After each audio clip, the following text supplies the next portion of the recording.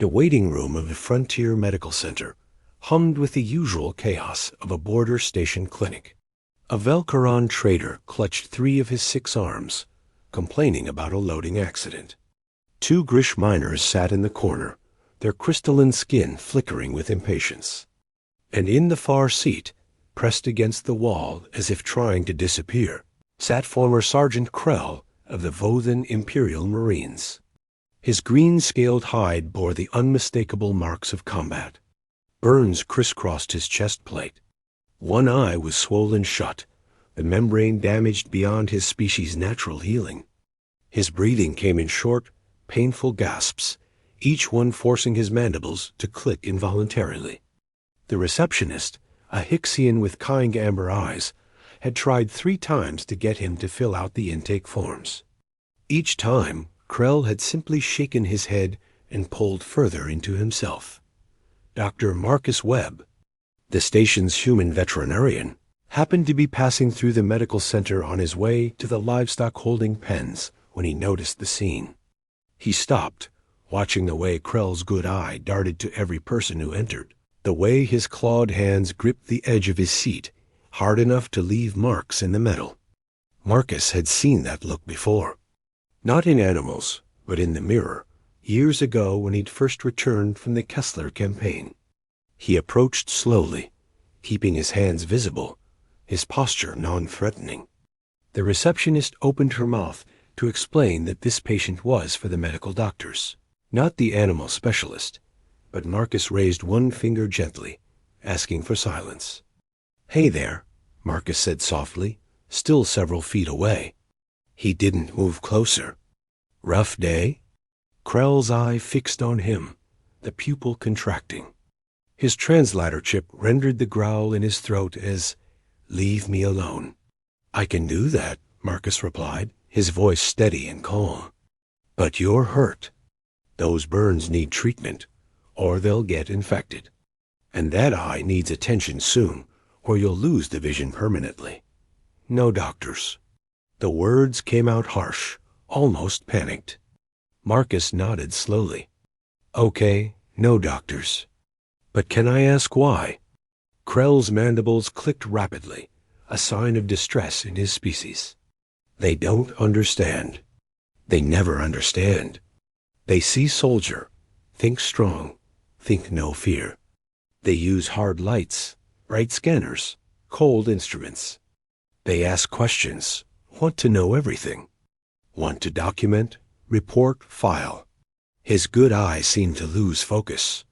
"I just want the pain to stop." Understanding washed over Marcus like a wave.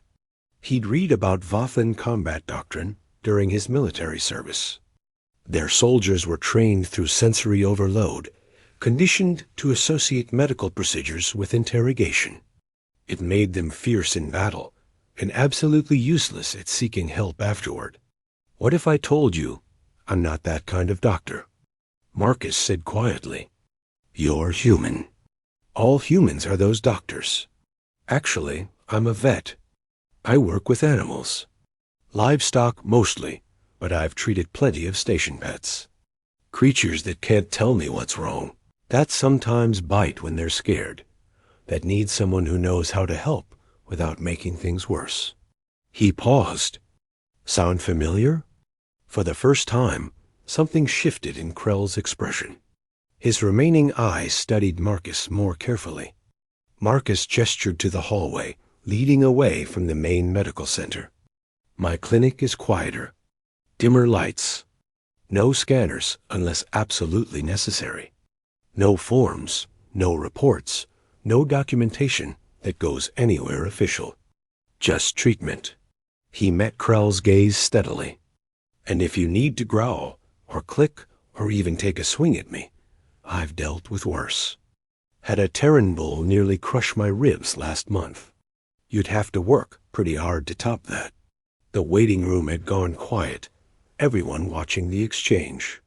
The Hixian receptionist looked like she wanted to protest, but something about the scene kept her silent. Krell's claws slowly released their grip on the seat. "No bright lights? Dim as you need. No questions about combat?" "None," Though if you want to tell me about livestock management on Votha, I'm all ears. Always curious about agricultural practices on high-gravity worlds. The absurdity of the statement seemed to break through whatever wall Krell had built around himself. His mandibles twitched in what might have been the beginning of a laugh. You're insane. Been called worse. Usually by animals smarter than me. Marcus took a small step back, making it clear the choice was entirely Krell's. Offer stands. No pressure. But those burns really do need attention. For a long moment, Krell didn't move. Then, slowly, painfully, he rose to his feet. He stood nearly 7 feet tall, his bulk impressive even in his injured state. He could have killed Marcus with one swipe of those claws. Instead, he nodded once. Show me. The walk to Marcus's clinic was slow. Krell moved like every step hurt, which it probably did. Marcus kept his pace measured, never moving ahead or behind, just beside him. He didn't offer to help, understanding instinctively that Krell needed to make this journey under his own power. The veterinary clinic was exactly as promised. Soft lighting, the smell of hay and clean straw, the distant sound of animals settling in for the evening. Marcus guided Krell to an examination area that was larger than the standard medical rooms, designed for creatures much bigger than humans. Hop up when you're ready, Marcus said, gesturing to the padded table. Or don't. I can work with you standing if that's better. Krell hesitated, then carefully positioned himself on the table. The padding gave under his weight with a soft hiss. Marcus washed his hands in the small sink, keeping his movements slow and predictable. He gathered supplies from nearby cabinets, narrating as he went. Antiseptic, very mild. Bandaging material, standard polymer weave. Pain medication, non-narcotic. Won't mess with your head, just takes the edge off. You talk a lot, Krell observed, but there was no hostility in the words. Animals seem to like it. Gives them something to focus on besides the fear. Marcus approached with the antiseptic, holding it where Krell could see it. This might sting, but it won't hurt worse than what you're already feeling. Going to start with the burns on your chest. That okay? Krell nodded, but Marcus could see the tension in his frame. He started working, his hands gentle but efficient. As he cleaned the first burn, Krell's whole body went rigid, a low growl building in his throat. Easy, buddy, Marcus murmured, the same tone he'd use with a frightened animal. Easy. I know it hurts. I know you want this to be over. Just breathe for me. In and out. You're doing great. The growl subsided slightly. Marcus kept talking, his voice a steady stream of calm reassurance mixed with completely mundane observations about station life. The weird eating habits of Belasian rodents. The time a shipment of Earth chickens escaped and caused chaos in the docking bay for 3 days. Slowly, almost imperceptibly, Krell began to relax. His breathing steadied. The tension in his shoulders eased. When Marcus moved to the damaged eye, he paused. This one's trickier.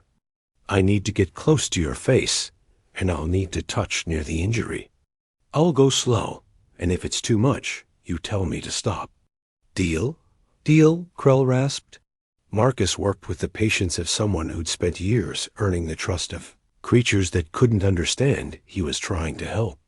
His fingers were steady as he examined the swollen membrane, applied medication, secured a protective covering that would let it heal without exposing it to the harsh station lighting. You were a soldier, Krell said suddenly, not quite a question. Marcus didn't look up from his work. A while ago. Different life. How did you stop being afraid? The question hung in the air. Marcus finished securing the bandage before he answered. I didn't. I just learned that being afraid doesn't mean being broken. It means being smart enough to know when things are dangerous. He stepped back, meeting Krell's gaze. Takes more courage to seek help than to suffer alone. Anyone who tells you different is selling something. Krell's mandibles clicked softly, a sound that Marcus had learned meant contemplation. The Vothan military teaches that showing weakness is death. The Vothan military isn't here right now. And between you and me, any organization that punishes people for being hurt is run by idiots more concerned with looking strong than being strong. A sound emerged from Krell that might have been laughter. You'd be executed for saying that on my homeworld. Good thing we're not on your homeworld. Here, you get to decide what strength looks like. Marcus began cleaning up his supplies. I'm going to give you enough pain medication for a week and antibiotics for the burns. The eye should heal on its own with the protective covering, but come back in 3 days so I can check it. If you don't show up, I'm going to assume you're either fine or dead. And I'm going to choose to believe the former because I'm an optimist. Krell slid off the table, moving with considerably less pain than before. He looked at Marcus for a long moment. Why did you help me? Marcus shrugged. Because you needed it. And because once upon a time, someone helped me when I was too stubborn to ask. Figured I'd pay it forward. I have no way to pay you. Then tell someone else to pay it forward when they get the chance. That's currency enough. Marcus extended his hand, human style. After a moment, Krell reached out and clasped it with surprising gentleness. Thank you, Dr. Webb. Marcus. And you're welcome, Krell. As the former sergeant limped toward the door, moving easier but still careful, he paused. The agricultural practices on Votha? High gravity makes most crops impractical. We raise a type